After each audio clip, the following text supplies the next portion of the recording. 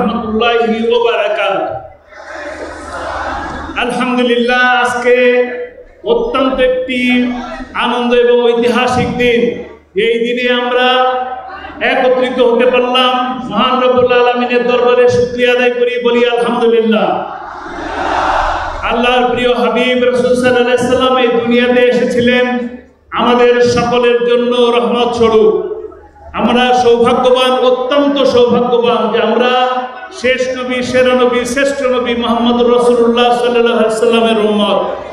আজকে আমরা সেই সৌভাগ্যবান উম্মত হিসাবে দুর্ভাগ্য নিয়ে চলতেছি। দুর্ভাগ্য এই কারণে যে আমরা যে নবী করিম সাল্লাল্লাহু আলাইহি সাল্লাম যে সোনালী যুগ উপহার দিয়ে গিয়েছিলেন যে কোরআনের মাধ্যমে, সেই কোরআনকে আমরা মানতেছি না, কোরআনকে পড়তেছি না, কোরআনকে জানতেছি না, কোরআনকে বুঝতেছি না। আজকে সেই কোরআনকে না মানার কারণে, না বোঝার কারণে আজকে গোটা বিশ্ববাসী, বিশেষ করে বাংলাদেশের উপরে জুলুমের পাহাড় বসে আছে। আমরা চাইব বাংলাদেশে গত 14-17 বছর ধরে যে জুলুমের পাহাড় আমাদের উপরে চেপে বসেছিল, আল্লাহর অসীম দয়ায় ছাত্র বৈষম্য আন্দোলনের কারণে যে আজকে সুযোগ সৃষ্টি হয়েছে, এই সুযোগকে কাঙ্ক্ষিত সাফল্যে নিয়ে যাওয়ার জন্য আমাদের চেষ্টা করতে হবে।